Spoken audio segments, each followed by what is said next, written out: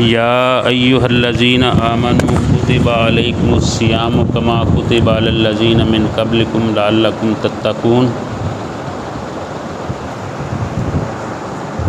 ایاما معدودات۔ صدق اللہ العظیم۔ انتہائی محترم اور مشفق بزرگوں، بھائیوں، میرے بیٹوں، اور جہاں تک آواز آج میری پہنچ رہی ہے، میری مائیں، بہنیں، بیٹیاں، سب کو بہت بہت مبارک پیش کرتا ہوں۔ اعلان ہو جائے گا لیکن ٹھنڈی ہوائیں بتا رہی ہیں کہ رمضان المبارک شروع ہو گیا ہے۔ امت مسلمہ کے لیے تو ہو ہی گیا ہے۔ آج عرب ممالک میں روزہ تھا۔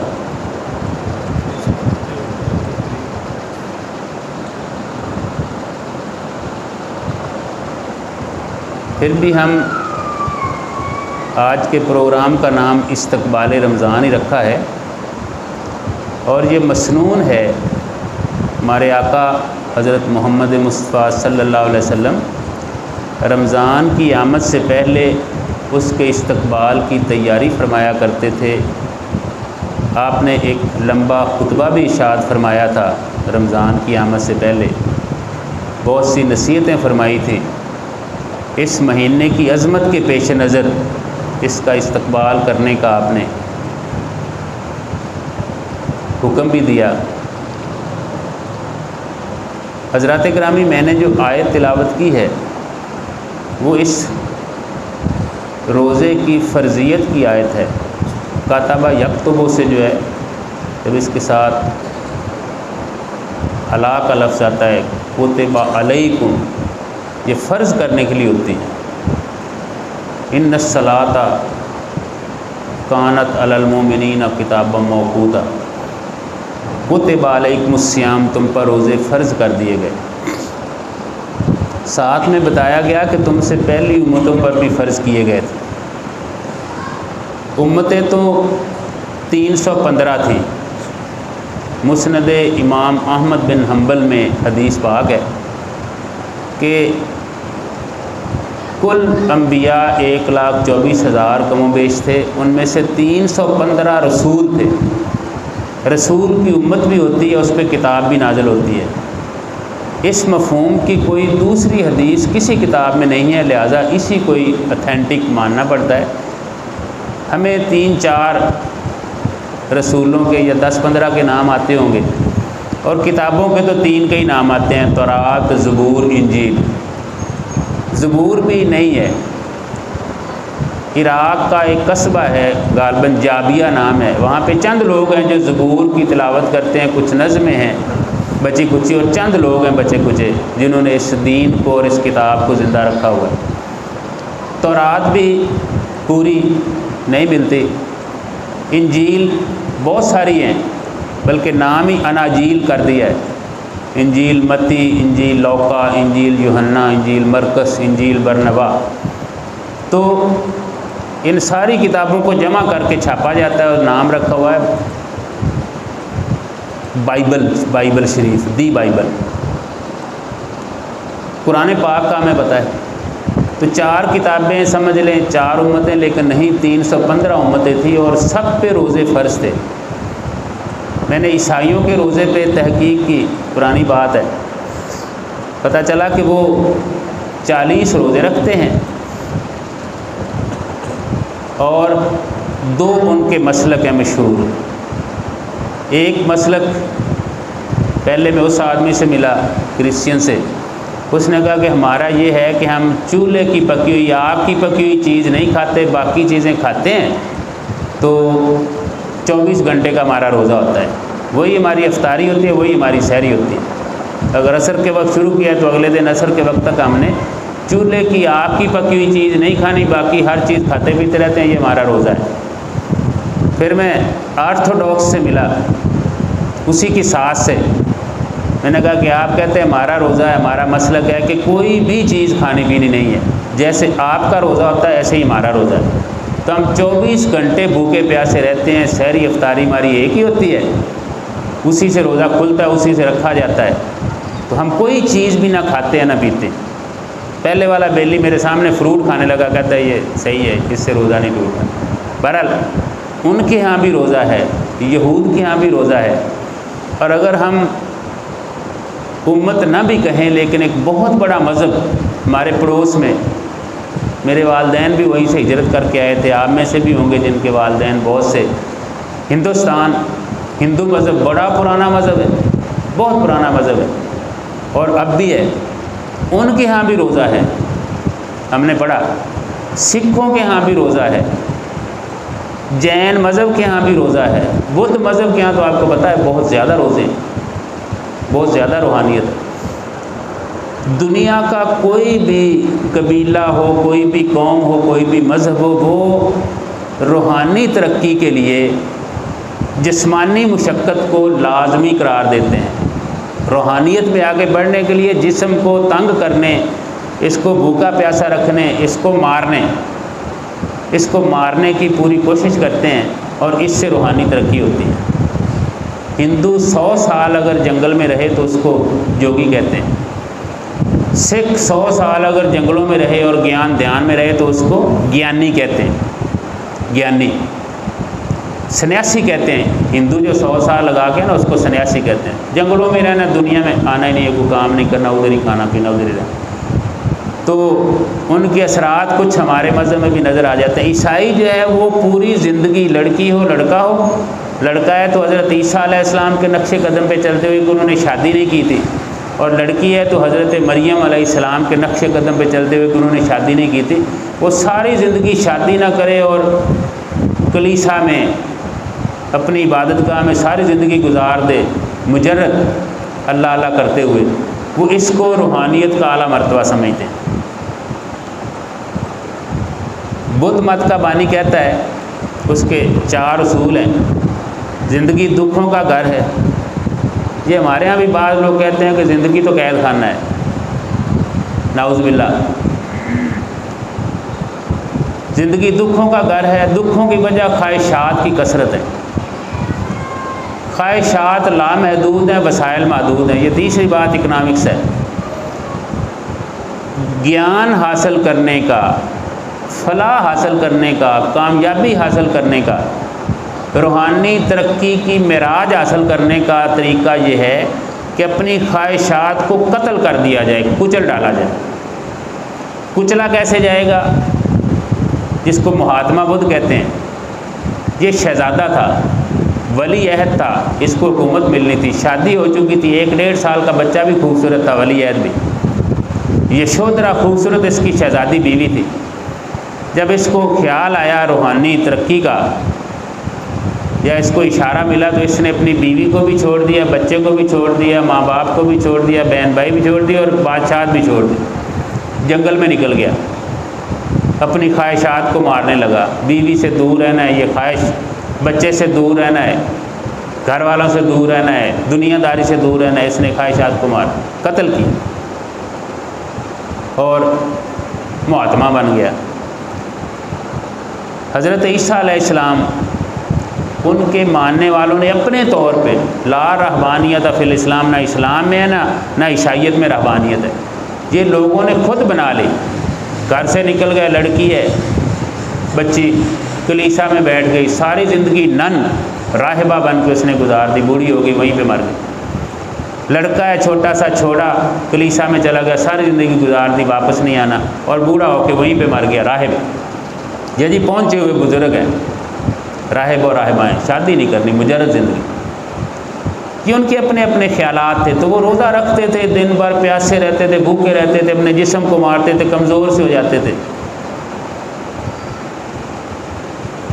اسلام ایک مکمل ضابطہ حیات ہے، دین ہے. دین کہتے ہیں صبح اٹھنے سے لے کر شام کو سوتے وقت تک، اور ایک انسان کی انفرادی زندگی، اس سے لے کر اقوام متحدہ تک ہر معاملے میں جو رہنمائی دیتا ہو، جو ایک نظام دیتا ہو، اس کو کہتے ہیں. اور اسلام ہمارا دین ہے، ہر جگہ ہماری رہنمائی کرتا ہے. تو حضرات گرامی، روزے پہلی امتوں میں تھے، ہماری امت پر بھی اللہ تعالیٰ نے فرض کر دیا. حضرت محمد صلی اللہ علیہ وسلم کی امت پر لیکن یہ فرض ہوا تھا 2 ہجری میں، 10 شعبان سن 2 ہجری میں یہ آیت نازل ہوئی تھی، گویا کہ ہجرت کرنے کے دوسرے سال۔ اور آپ کو پتہ ہے کہ اسی سال شعبان میں روزہ فرض ہوا، رمضان آ گیا، روزے رکھنے شروع کیے پہلی بار رمضان کے روزے۔ اس سے پہلے ویسے ہر مہینے میں 2-3 روزے رکھتے تھے، یہ روزے رکھنے شروع کیے، اور اسی پہلے رمضان کی 17 تاریخ کو غزوہ بدر بھی ہوا، پہلا ہی رمضان اور روزوں کی حالت میں غزوہ آ گیا۔ تو یہ 2 ہجری کی بات ہے، یہ روزے فرض ہوئے۔ میں اب مختصر کروں گا، بات لمبی ہو جاتی ہے۔ روزہ کیا ہے؟ لفظ صوم ہے، عربی کا لفظ ہے، صام یصوم و صومن۔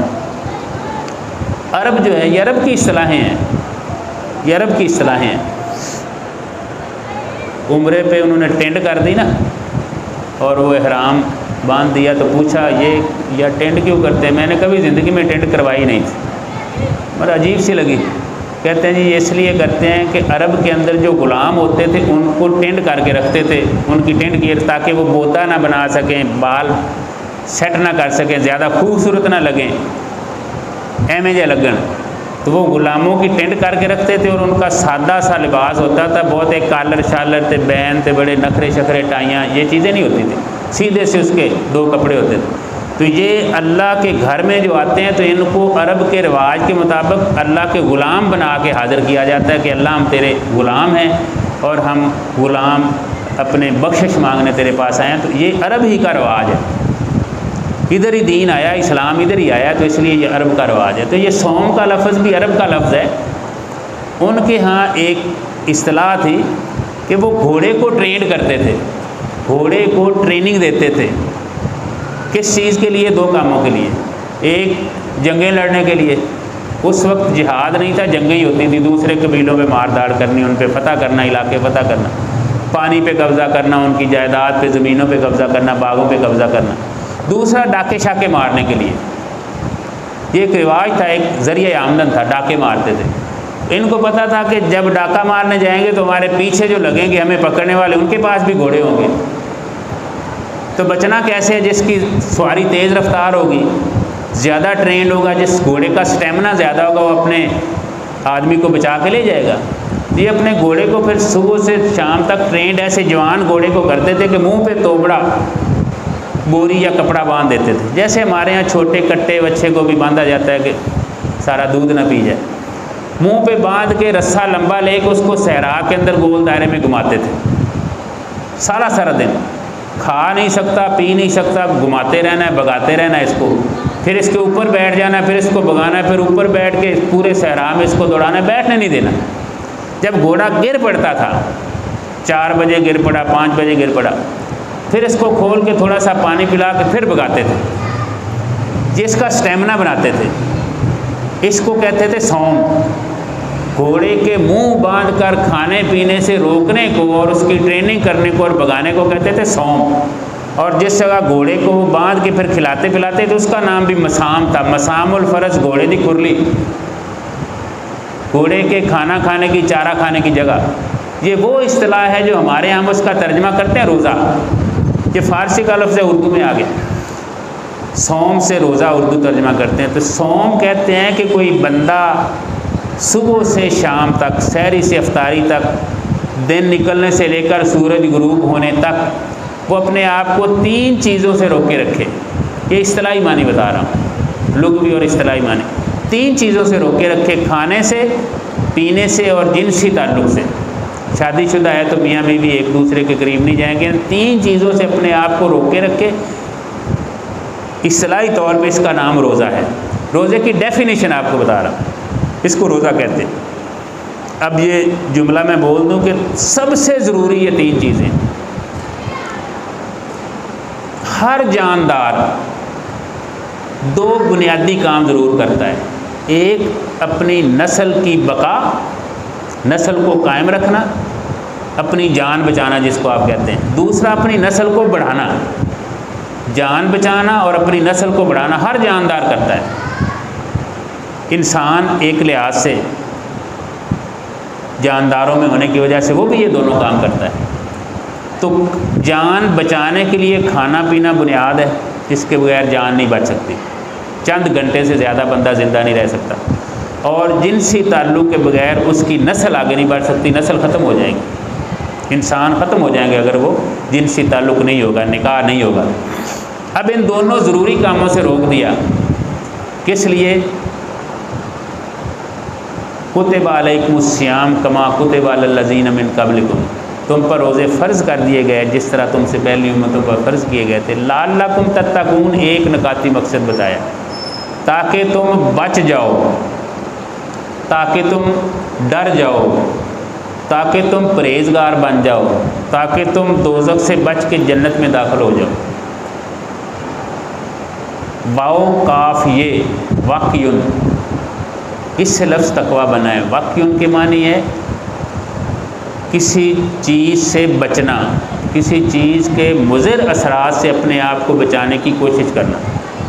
جو آدمی آگ سے دور رہتا ہے کہ جلا ڈالے گی، کسی کتے سے ذرا بچ کے گزرتا ہے کہ یہ کاٹ لے گا، نقصان ہوگا، اس کے تو انجیکشن ہی اسپتالوں میں نہیں ملتے، وہ کسی بدماش سے بچ کے گزرتا ہے کہ یہ مجھے نقصان پہنچائے گا، مارے گا، میرا کچھ چھین لے گا، رات کے وقت ڈرتا ہے کہ کہیں مجھ سے کوئی چیز چھین کے نہ لے جائے۔ یہ جو بچنا ہے کسی چیز سے ڈر کے، اسی کو تقویٰ کہتے ہیں۔ تو اصطلاح میں تقویٰ ہم کہتے ہیں اللہ کی آگ سے بچنے کی کوشش کرنا، اللہ کے عذاب کے ڈر سے بچنے کی کوشش کرنا، اللہ کے ناراضگی سے بچنے کی کوشش کرنا، اس کو تقویٰ کہتے ہیں۔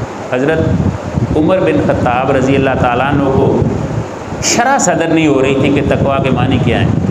ان کے ذہن میں پرانے زمانے کے لوگ بھی تھے، کس قسم کا تقویٰ اختیار کرتے ہیں، اور اب بھی ہمارے ہاں کیسی کیسی امتیں، شرح صدر نہیں تھی اور بہت بڑے عالم بھی تھے، تو شرمائے نہیں، گئے ایک بہت بڑے عالم کے پاس جو پہلے یہود کے بہت بڑے عالم تھے، مسلمان ہوگا تو یہاں پہ بھی عالم تھے، جو یہود میں اچھے تھے وہ اسلام میں بھی اچھے تھے، چنگے تھے چنگے ہی ہوندے تھے، گندے گندے ہی ہوندے تھے بھی گندے، لاہور بھی گندے، تو وہ بہت بڑے عالم تھے۔ حضرت کعب ان کا نام تھا، کعب الاحبار کہتے تھے، ہبر کی جمع احبار، احبار یہودیوں کے سب سے بڑے عالم کو کہتے ہیں۔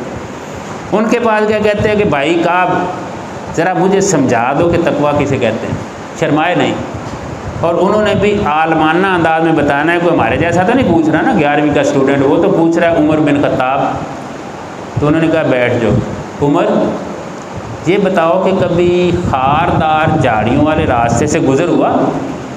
کہتے ہیں بارہا ہوا ہے، کانٹوں والی جھاڑیوں والے راستے سے گزرے ہو؟ کئی بار گزرا۔ کیا کرتے ہو؟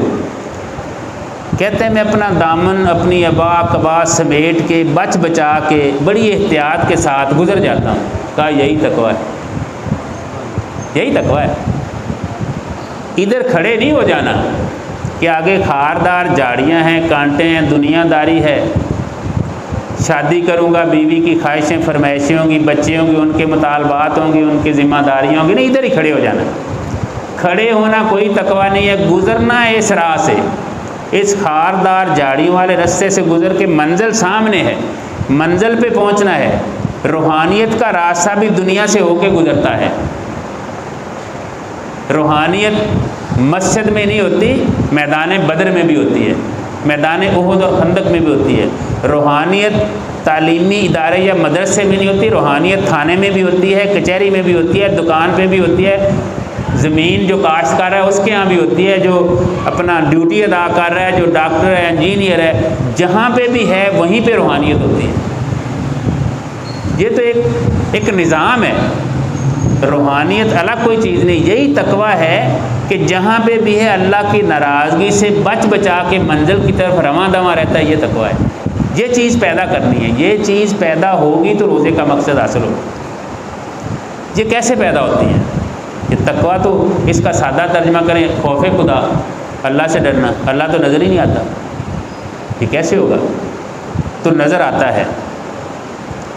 آج اگر سحری کھا لی انشاءاللہ، ویسے کئی لوگ کہتے ہیں کہ انشاءاللہ نہ ہی کو 30 کے مہینہ ہونے دو، 50-50 ہے، ہو بھی سکتا ہے، تو کہتے ہیں کہ اگر سحری کھا لی تو کل شام تک جنہوں نے سحری کھائی ہے وہ بھوک بھی لگے گی، پیاس بھی لگے گی، اور پہلے دن تو کچھ زیادہ ہی فیل ہوگی، روٹین بدلے گی، لیکن وہ پانی کے قریب کسی بھی چیز کے قریب نہیں جائے گا، کھانے کے قریب نہیں جائے گا، اس کو اویلیبل ہوگی، ساری چیزیں سامنے ہوں گی، لیکن اور کوئی دیکھنے والا بھی نہیں ہوگا۔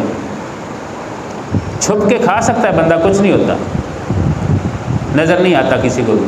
کیوں نہیں کھائیں گے؟ اللہ دیکھ رہا ہے، یہ احساس اللہ دیکھ رہا ہے۔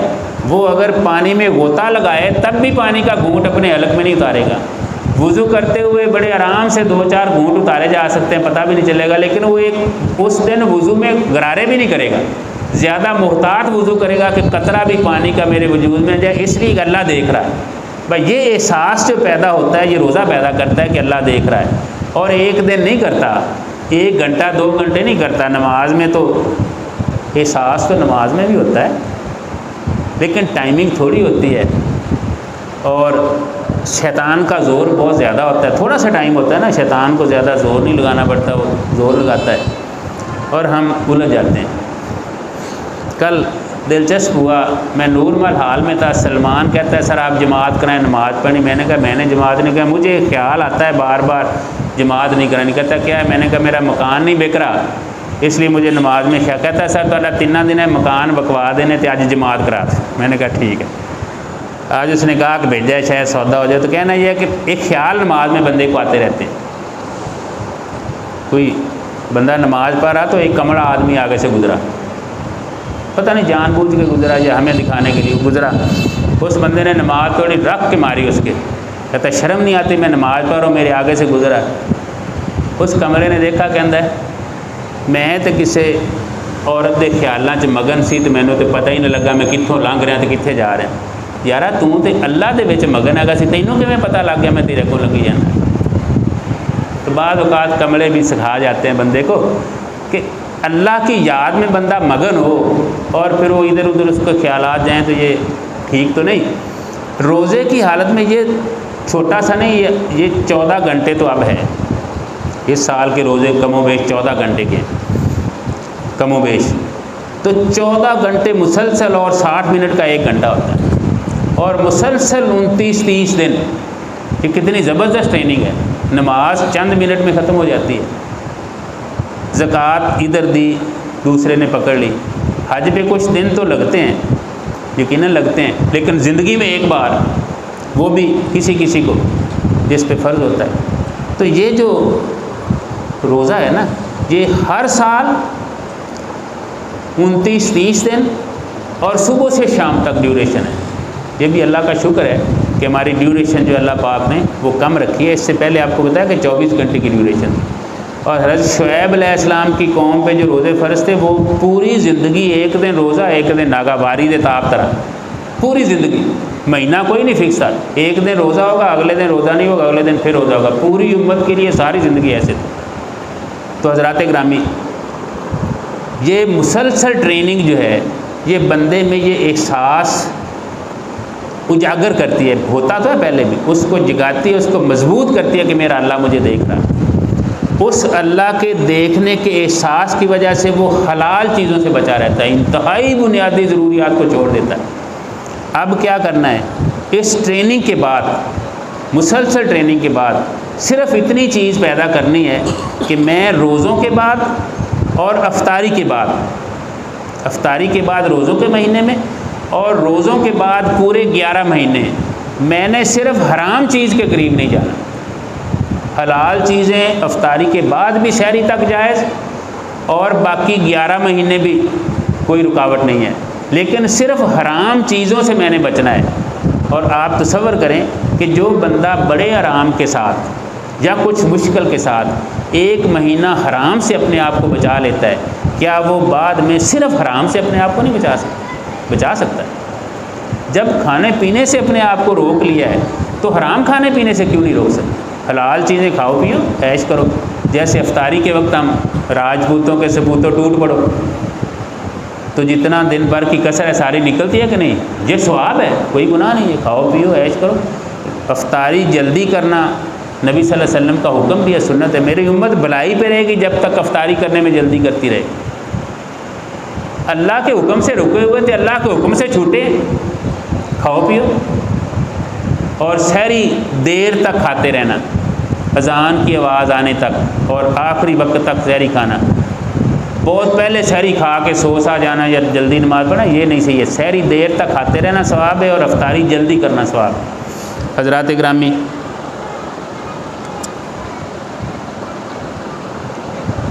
اب ایک تو مقصد ہوتا ہے روزہ رکھنا، کھانے پینے اور جنسی تعلق سے بچنا روزہ ہو گیا۔ ایک اس کا روحانی پہلو بھی ہے، اس کا مقصد ایک روحانی بھی ہے۔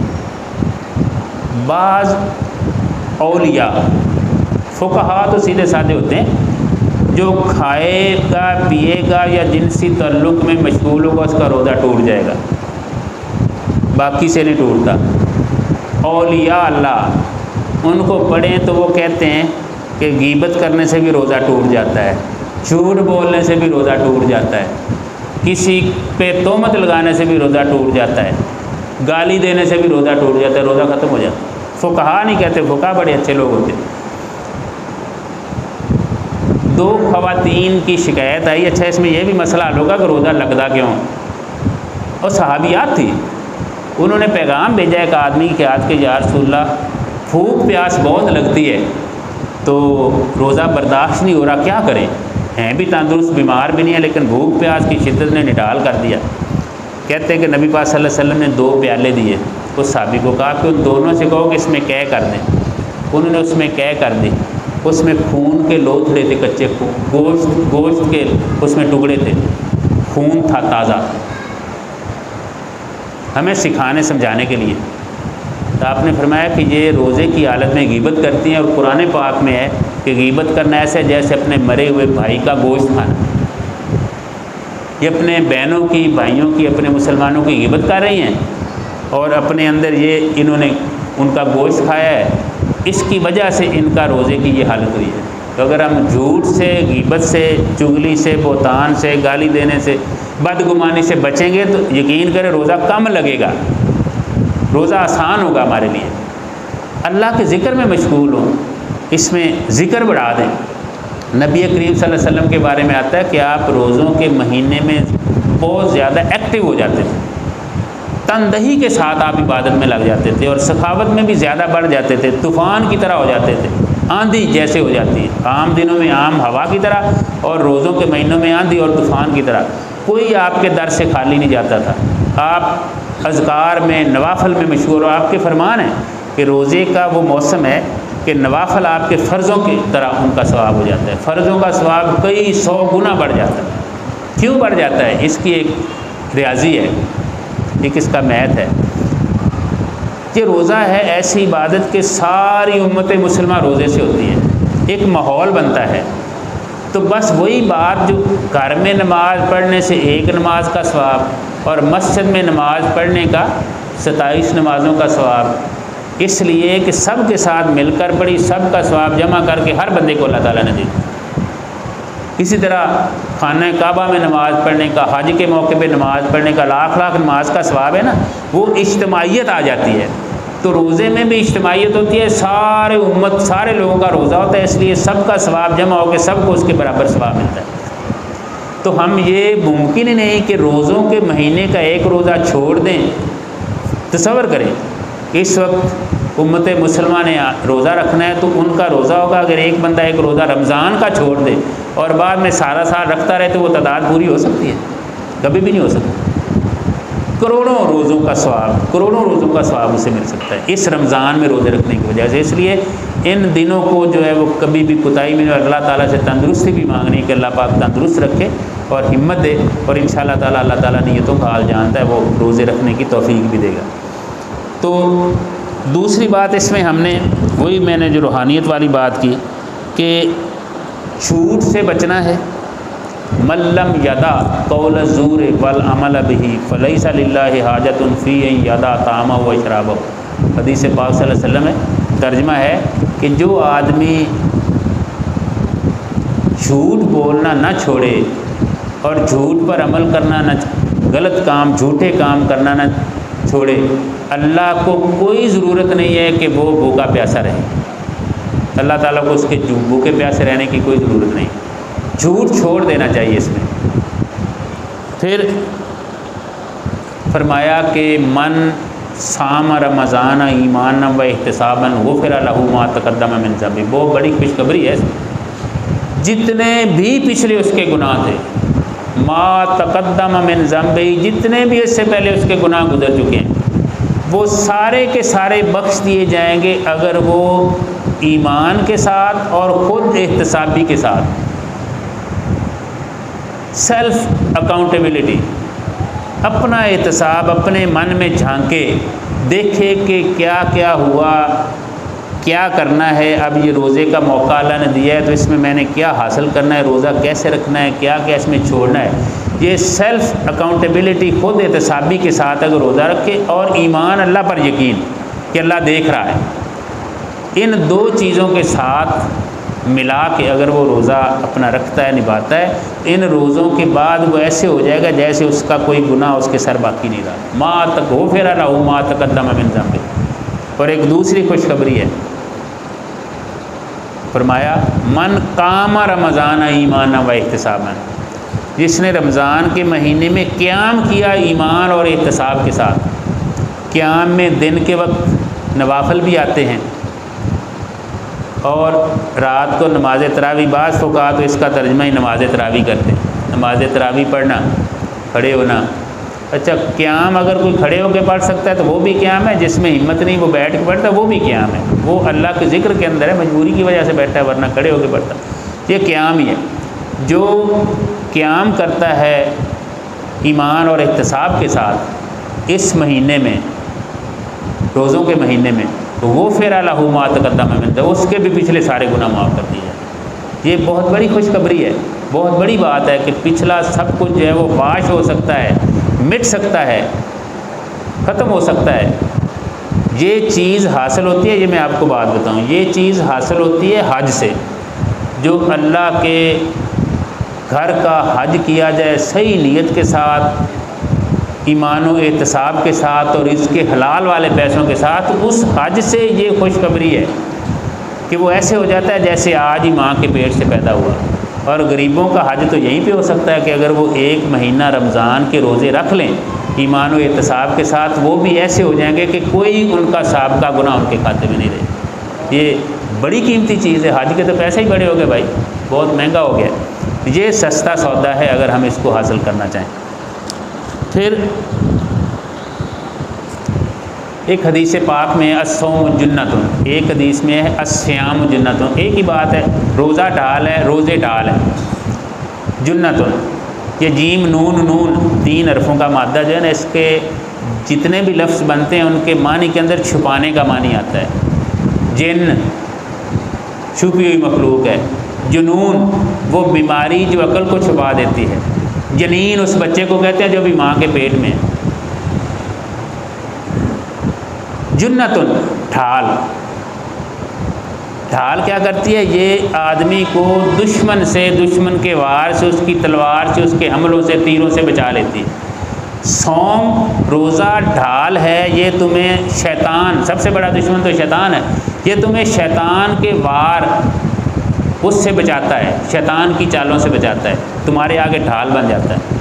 شیطان کچھ نہیں، دن کا وقت ہے، روزہ ہے، کسی پہ غصہ آ گیا، پہلے تو اس کو گالی دے لیتا تھا، اب گالی نہیں دیتا، نہ بھائی روزہ ہے۔ دوسرے نے گالی دے دی، قرآن میں آتا ہے کہ گالی کا جواب گالی سے دیا جا سکتا ہے، ویسی ہی گالی ہو، زیادہ نہ ہو، پنجابی میں تو پنجابی میں، اردو میں تو اردو میں، ہے نہیں کہ اردو کی گالی کے جواب میں پنجابی کی گالی ہو 10 گنا زیادہ بھاری وزنی ہوتی ہے، نہیں، جواب دیا جا سکتا ہے۔ نمبر 2، گالی کا جواب گالی سے نہ دیا جائے، خاموشی، دوسرا مسلمان کا رویہ، یہ بھی قرآن میں آتا ہے۔ تیسرا ہے کہ اس کو دعا دی جائے، یہ انبیاء کا شیوا ہے، وہ گالیاں دے رہے ہیں، یہ دعا اللہ تیرا بھلا کرے، اللہ تینوں ہدایت دے، وہ دعا بھی دے رہے ہیں۔ ساڈے کو دعا تک کسی نے کی لینی جی لتر پولا نہ کیتا، تو کہنا یہ ہے کہ گالی کا جواب گالی سے وہ نہیں دے رہا، کہتا ہے کہ دے سکتا ہوں، شرن بھی اجازت ہے، لیکن میرا روزہ ہے۔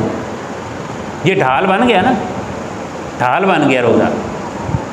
غصہ آیا ہے، تھپڑ مارنا، بھائی روزہ ہے، ہائپر نہیں ہوتا، یہ ڈھال بن جاتا ہے۔ کوئی بھی گناہ کا موقع اسے ملتا ہے، چوری چھپے بھی ملتا ہے، ظاہر میں ملتا ہے، وہ رک جاتا ہے کہ یہ اس سے روزہ ٹوٹ جاتا ہے، یہ روزہ ڈھال بن جاتا ہے۔ لیکن میں یہاں پہ ایک بات کہوں گا ہمارے کاروباری لوگوں کو بھی، اپنے بھائیوں کو بھی، ہم جو ملازمت پیشہ لوگ ہیں یہ تو غیبت غوبت بدگمانی جھوٹ اس چیز سے بچیں، اور جو کاروباری لوگ ہیں یا جو پبلک ڈیلنگ والی پوسٹوں والے ہیں یا وردی والے ہیں، ان کو موقع ملتے ہیں، پنجاب میں بہت زیادہ موقع ہیں، تو رشوت وغیرہ کے پیسے، اچھا وہ اس مہینے میں یہ پیسے کچھ سے لینے سے رکتے کوئی نہیں ہے، خرچے بڑھ جاتے ہیں نا، بیگم بچوں کو عید پہ چیزیں بھی لے کے دینی ہیں۔ آپ دیکھیں کہ بعض وردی والے جو چوک میں کھڑے ہو کے ٹریفک وغیرہ کا نظام سیٹ کرتے ہیں نا، وہ 20ویں روزے 22ویں روزے کو آ جائیں گے، زیادہ چلان کریں گے، زیادہ وہ ٹریفک چیک کریں گے، دھوئیں چھوئیں والی گاڑیوں کو پکڑیں، کیوں؟ وہ عید آ رہی ہے نا، عیدی شیدی اکٹھی کرنی ہے، تو وہ روزے بھی ہوتے ہیں ان کے، اور خوبصورت وردی بھی ہوتی ہے۔ چوک میں کھڑے ہو کے، کتنی بے حیائی کی بات ہے کہ چھپ کے نہیں، کھڑے ہو کے چوک میں کھڑے ہو کے وہ لوگوں سے پیسے بٹورتے ہیں، رشوت لیتے ہیں۔ تو دکاندار جو ہیں with due respect, sorry to سے، کہ آپ دیکھیں گے گھبرانا نہیں، یہ جملہ اچھا جملہ مشہور ہے، گھبرانا نہیں ہے۔ کھجوریں پرسوں میں نے 280 روپے لیے، بہت اچھی کھجوریں، اور اب کل میں نے لینی ہے، یہ تجربہ کرنا ہے کہ بھلا ان کا ریٹ کیا ہو گیا۔ 2 دن بعد انشاءاللہ 320 ہوگی، پھر جاتے جاتے 400 پہ پہنچے گی، کوئی بات نہیں، لینی ہے، کھانی بھی ہے، چھوڑنی نہیں ہے، چلو ان کا رزق بڑھ جائے۔ تو چیزیں دیکھیں گے بڑھ جائے گا، ریٹ بڑھ جائے، فروٹ مہنگا ہوگا کہ نہیں ہوگا، کپڑے لیڑے چیزیں دکان پہ، یہ چیزیں وہی ہوتی ہیں لیکن وہ مہنگی ہو جاتی ہیں، عید کے اگلے دن سے پھر سستی ہونی شروع ہو جائیں گی۔ یہ ڈھال کیا بننا تھا اس نے؟ یہ وہ چیز ہے جو اولیاء کہتے ہیں کہ اس چیز سے بھی روزہ ٹوٹ جاتا ہے۔ اس نے روزے کی روح کو سمجھا ہی نہیں ہے، اس نے روزے کے مقصد، وہ تو تیری تربیت کرنے کے لیے تھا کہ تو حرام سے پوری زندگی بچنے والا بن جائے، صرف حلال سے گزارا کرے، تیری ٹریننگ کر رہا تھا۔ عجیب ہے، ٹریننگ کے دوران ہی تم جو ہے وہ پہلے سے بھی زیادہ کام دکھا رہے ہو۔ یہ یعنی افسوسناک بات ہے کہ ہم اس کی روح کو نہ سمجھنے کی وجہ سے، اس کے مفہوم سے صحیح آشنائی نہ ہونے کی وجہ سے یہ چیز ہوتی ہے۔ اس میں تھوڑے سے ہمیں نیکی کے حوالے سے حریص ہو جانا چاہیے، زیادہ لالچی ہو جانا چاہیے، ادھر ادھر سے ٹائم بچا کے۔ امید ہے کہ آپ نے کچھ پلاننگ کر بھی لی ہوگی تھوڑی بہت۔ میں نے تو آج سودے چلو جو ہے کریانہ شریانہ یہ وہ چیزیں، چولہا سیٹ کرنا ہے، گیس والا سلنڈر ہے، چھوٹا سلنڈر بھی، سارے یہ کام ہم کر لیے تاکہ اس طرح کے چھوٹے موٹے کاموں کی وجہ سے ٹائم زیادہ ویسٹ نہ ہو۔ اور آج اس موقع تک جو ہے وہ دوسری کتابیں پڑھنے کا بھی جو ہے نا وہ آخری تھا سیشن۔ اب انشاءاللہ قرآن پاک کی تلاوت کریں گے، پڑھیں گے، جس سے زیادہ ہم جو ہے نا وہ لالچ کریں، لالچی ہو جائیں کہ زیادہ سے زیادہ ثواب کما سکیں۔ ذکر کریں، اذکار کریں، درود شریف کا ورد کریں، نمازیں پڑھیں، نوافل ضرور پڑھیں، اس میں تراویح کا بھی اہتمام کریں۔ ایک نسخہ سادہ سا آپ کو بالکل آسان ہے، یا بالکل نہیں تو کم از کم اس مہینے میں آسان ہے، سحری کے لیے اٹھنا ہے لازمی۔ جو لوگ میرے بھائی میری طرح عام دنوں میں تہجد نہیں پڑھتے نا، ان کی بات کر رہا ہوں۔ ویسے میری بیوی کافی سخت ہو گئی ہے، لیکن آپ شکر کریں کہ بچے ہوئے ہیں ایسی بیویوں سے۔ تو رمضان کے مہینے میں آپ نے سحری کے وقت اٹھنا ہے، صرف 15 منٹ آپ قربان کریں زیادہ۔ اگر آپ آدھا گھنٹہ پہلے اٹھتے ہیں تو پونا گھنٹہ پہلے اٹھتے ہیں، اور یہ لوگ عام طور پہ اتنی دیر کے لیے اٹھتے ہیں، آدھے گھنٹے کے لیے، اس میں سحری ہو جاتی ہے۔ پونا گھنٹہ پہلے اٹھ جائیں، موسم بڑا شاندار ہے، نہ سردی نہ گرمی، وضو کرنے میں کوئی ٹینشن نہیں، آپ جائیں وضو کریں، اور جتنے نفل آپ سے ہو سکیں، 12 ہو سکیں، 10 ہو سکیں، 8 ہو سکیں، 6 ہو سکیں، 4 ہو سکیں، 2 ہو سکیں، خدا نخواستہ ٹائم تھوڑا سحری ضرور کھانی ہے۔ ان نوافل کی وجہ سے سحری چھوڑنی بھی نہیں اور آدھی بھی نہیں کرنی، پوری ٹکا کے کرنی ہے۔ جس دن سحری کا ٹائم تھوڑا بچا ہے اور اس کام کا ٹائم نہیں بچا تو وضو کریں، اور آ کے مصلی پہ جسٹ بیٹھ کے سر رکھ دیں، کوئی نیت، سر رکھ کے اٹھ کے آپ سحری کریں۔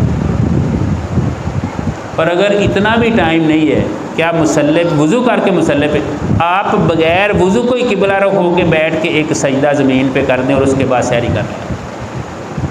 یہ ایسا اگر کریں گے نا تو اگلے دن ضرور آپ کو ہوگا کہ نہیں، اگر میں 2 منٹ پہلے اٹھ جاتا تو کم از کم وضو کر لیتا، اور اگر میں 3 منٹ پہلے اٹھتا میں نے 2 نفل پڑھ ہی لینے تھے۔ ایک احساس ہوگا، ٹھیک ہے نا، احساس زندہ رکھیں۔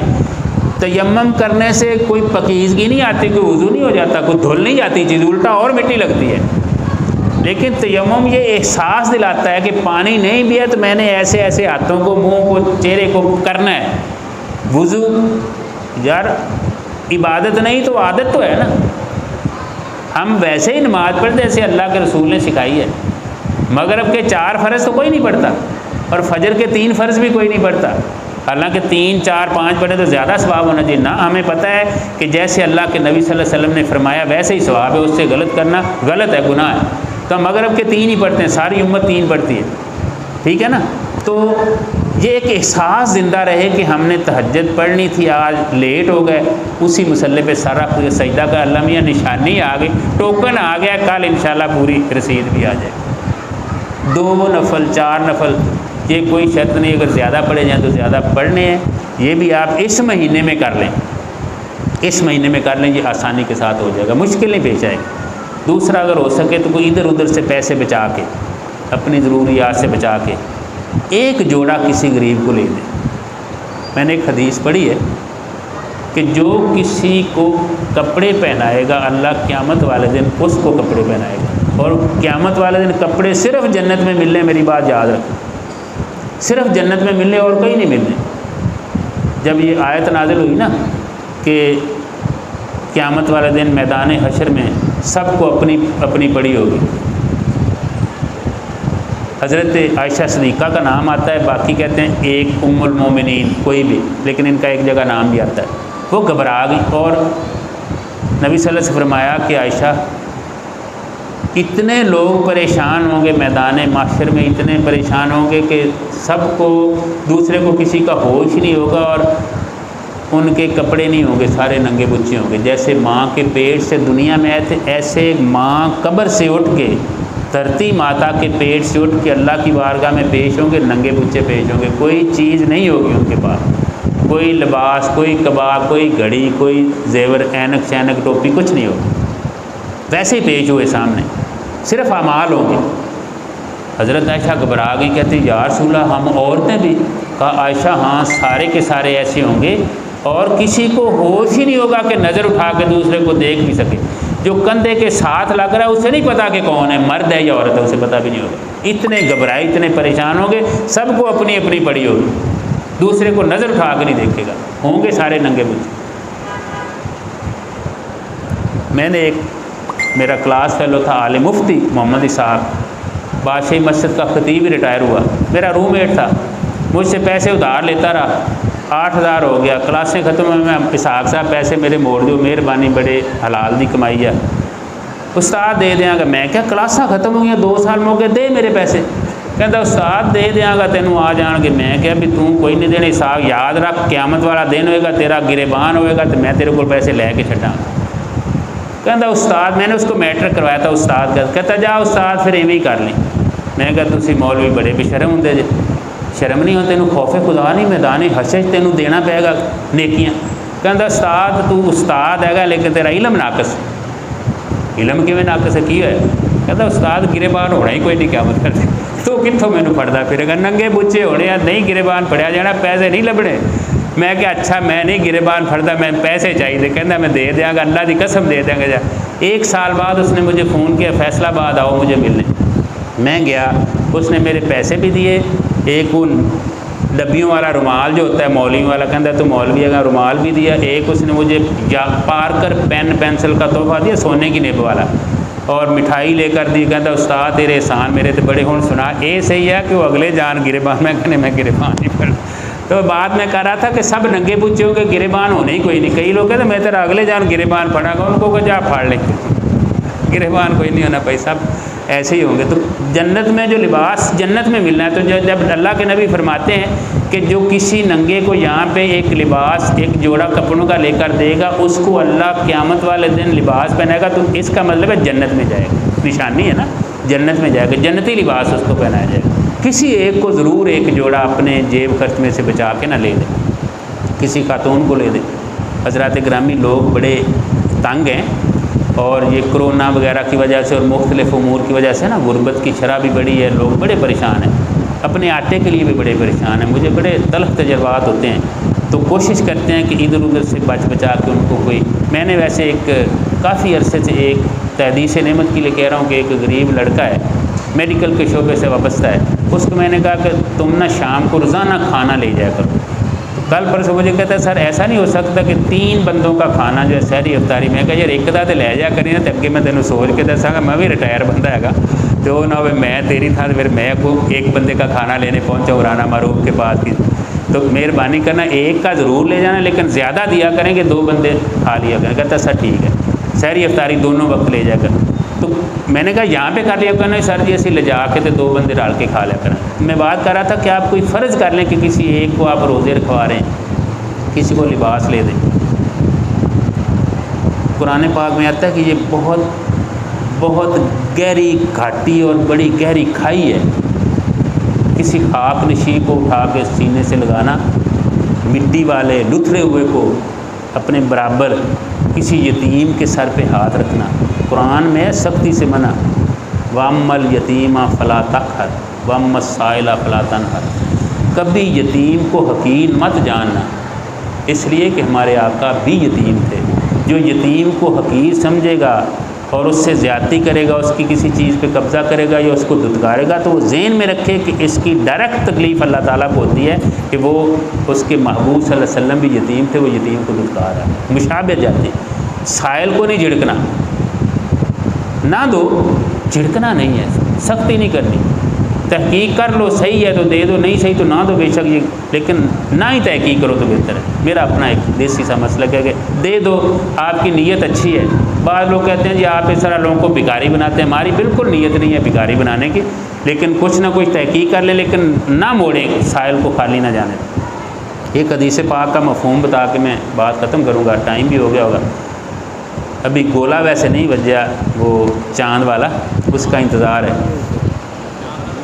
آ گیا جی، مبارک ہو جی ماشاءاللہ سب کو، بھائیوں کو رمضان مبارک۔ ہم رمضان کے مہینے میں ہی بیٹھے تھے، مغرب کے بعد شروع ہو گیا ہمارا جو ہے نا چاند، ہماری تاریخ وہ غروب آفتاب سے شروع ہوتی ہے۔ چاند سورج ڈوبنے سے ہماری تاریخ آج یکم رمضان ہو گئی، اور دوسروں کی تاریخ جو وہ رات کے 12:01 پہ بدلتی ہے۔ بہرحال میں بات کر رہا تھا، اللہ تعالیٰ قیامت والے دن بندے کو کہے گا اے بندے میں بھوکا تھا، میں نے تم سے کھانا مانگا، تو نے مجھے کھانا نہیں کھلایا۔ بندہ حیران ہو کہ اللہ میاں یہ کیسے ہو سکتا ہے کہ آپ بھوکے ہوں، اور یہ کیسے ممکن ہے کہ آپ کھانا کہیں اور میں کھانا نہ دوں۔ کہا کہ یاد کرو فلاں وقت میں فلاں جگہ تمہارے پاس کھانا وافر تھا، ایک تمہارے پاس سائل آیا تھا، اس نے کہا تھا کہ میں بھوکا ہوں اور مجھے کھانا کھلا دو، تم نے اس کو دھتکار دیا، انکار کر دیا تھا۔ ہاں مجھے یاد ہے، یہ مجھ سے غلطی ہوئی۔ کہا وہ میں ہی تھا، وہ میں ہی تھا۔ پھر کہے گا میں پیاسا تھا میرے بندے، تیرے پاس مشروب تھا، وافر تھا، مجھے پیاس لگی تھی، میں نے تو اس سے پانی مانگا، تم نے مجھے نہ پلایا۔ کہ اللہ میاں کیسے ہو سکتا ہے کہ آپ پیاسے ہوں، اور یہ کیسے ممکن ہے کہ آپ پانی مانگے اور میں نہ پلاؤں۔ کہا فلاں وقت میں یاد کرو، فلاں سفر کے دوران تمہارے پاس پانی تھا، زیادہ تھا، لیکن تم نے اپنے آگے کے زمانے کے لیے رکھ لیا، لیکن میری پیاس نہ بجھائی۔ وہ جس نے پانی مانگا تھا وہ میں ہی تھا۔ یہ مرزا غالب نے جو کہا ہے نا، بنا کر فقیروں کا ہم بھیس غالب، تماشا اہل کرم دیکھ لیں۔ کہ اللہ پاک بھی کبھی کبھی اس پردے میں، اس بھیس میں آ کے بندوں کو دیکھتا ہے کہ کیسے سخی میرے، کیسے کھانے والے، کتنا کھانا ضائع کر رہے ہیں، کتنے مشروب جو ہے وہ آدھا گلاسوں میں اور بوتلوں میں چھوڑ رہے ہیں۔ میرا بھانجا آیا، ذرا امیر لوگ تھے، کھانا ڈالنے لگا، چاول ڈالا تو اس نے مینار پاکستان بنا دیا۔ میں گھورتا رہا، اس نے اثر ہی نہیں کیا، وہ تگڑے بندے سے۔ اب کھانے لگا تو چوتھا حصہ کھا کے اٹھنے لگا، میں نے گردن سے پکڑ کے اٹھایا، میں کہا کھا، تھوڑا سا کھایا، ماموں نہیں ختم ہو رہا، میں نے کھا۔ یہ بھائی پایا تو سامنے ڈشاں پہ انہوں نے مکا، تھوڑا سا اور کھایا، اس کو پتہ چل گیا اب یہ کھایا نہیں جائے گا۔ ماں کی طرف دیکھا، باجی کہتی تم نے ڈالا ہے تو بھائی کھاؤ اب، ورنہ ماموں ناراض ہوں گے۔ ماما صرف ایک بار معاف کر دیں، ماموں سے کہیں جانے دیں، یہ نہیں کھایا جائے گا، میرا تو معدہ پھٹ جائے گا، آئندہ میں ایسے نہیں کروں گا۔ اس نے کہا پھر بات کرو، ڈیل کرو۔ میں نے کہا وعدہ کرو کہ آئندہ جب آپ کھانا ڈالو گے تو اتنا ڈالو گے جتنا کھا لینا ہے۔ تو ٹھیک ہے میں تمہیں چھوڑ دی، تو کہتے آئندہ نہیں کروں گا۔ تو ڈال لیتے ہیں، چھوٹے سے کی ٹریننگ کریں گے، لوگ کتنا کھانا ضائع کرتے ہیں۔ کھانا ضائع نہ کریں، بلکہ کوشش کریں کہ کسی کو آپ کھانا مہیا کریں، کسی کو کوئی پیکج لے دیں، کسی کو آٹا لے دیں، کسی کو گھی کے پیکٹ لے دیں، کسی کو چینی لے دیں، تو تاکہ اس کا بھی روزہ ہو جائے اور یہ احساس اس مہینے میں ہر امیر آدمی کو اس صورت میں ہوتا ہے کہ وہ روزہ رکھے. امیر آدمی بھی روزہ رکھے اور ہر مسلمان پہ فرض ہے. یہ جو آیت میں پہلے آتا ہے وَعَلَى الَّذِينَ يُطِيقُونَهُ فِدْيَةٌ طَعَامُ، یہ ختم ہو گیا حکم. اگلی آیت میں یہ حکم ختم ہو گیا تھا. پہلے اجازت تھی کہ امیر آدمی روزہ نہ رکھے، دوسرے کو رکھوا دے، لیکن بعد میں یہ حکم ختم ہو گیا. اب سب روزہ رکھیں گے سوائے مریض اور مسافر کے. مریض کے اندر وہ ضعیف بوڑھے بھی آئیں گے جن کو ڈاکٹر نے منع کیا کہ اب روزہ نہ رکھے، کمزوری زیادہ ہے، وہ بھی مریض کے زمرے میں آئیں گے. یہ دو کے علاوہ سب لوگ روزہ رکھیں گے. تو اب روزہ جب امیر آدمی رکھے گا اس کو احساس ہوگا صبح سے شام تک میں بھوکا رہا، مجھ پہ کیا بیتی، اور یہ شدت سے احساس ہوتا ہے. جو لوگ پہلے ہی بیچارے صبح شام تھوڑی تھوڑی روٹی کھاتے ہیں ان کو روزے نے کیا کہنا ہے، ان کی تو عادت بنی ہوئی ہے. تو یہ احساس ہو، آپ کو پتہ ہو کہ غربت اور بھوک کیا چیز ہے، بڑی ظالم چیز ہے. حدیث پاک میں آتا ہے کاد الفقر ان یکون کفرا، قریب ہے کہ یہ غربت اور افلاس اور فاقہ اور بھوک تمہیں کفر تک لے جائے. حضرت علی رضی اللہ تعالیٰ عنہ کا قول ہے لو کان الفقر شخصا لقتلتہ، قسم خدا کی اگر یہ افلاس اور بھوک اور غربت یہ کوئی شخص ہوتا تو میں علی اسے قتل کر ڈالتا. جیسے کافروں کو قتل کیا میں اس افلاس بھوک کو قتل کر دیتا. بڑی ظالم چیز ہے. تو کوشش کریں کہ کسی کی بھوک مٹانے کا انتظام ہو جائے، روزوں میں حریص ہو جائیں اللہ کے ذکر کے لیے، عبادات کے لیے. احساس ایمان، یہ احساس ہے نا خود احتسابی، اپنے آپ پہ نظر ڈالنا.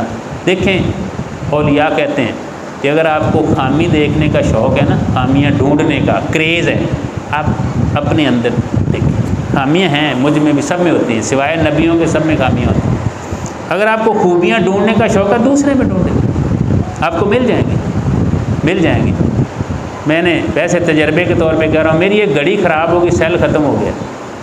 خوبصورت گھڑی ہے، گفٹ ہے، چوری عاشق نمبردار اور ننجا چک والے نے گفٹ کی، خوبصورت ہے، سیل ختم ہو گیا، 4:45 پہ رکی ہوئی ہے. میں نے سوچا سیل ڈالنے سے بھی صحیح نہیں ہوئی، لگی ہوئی ہے.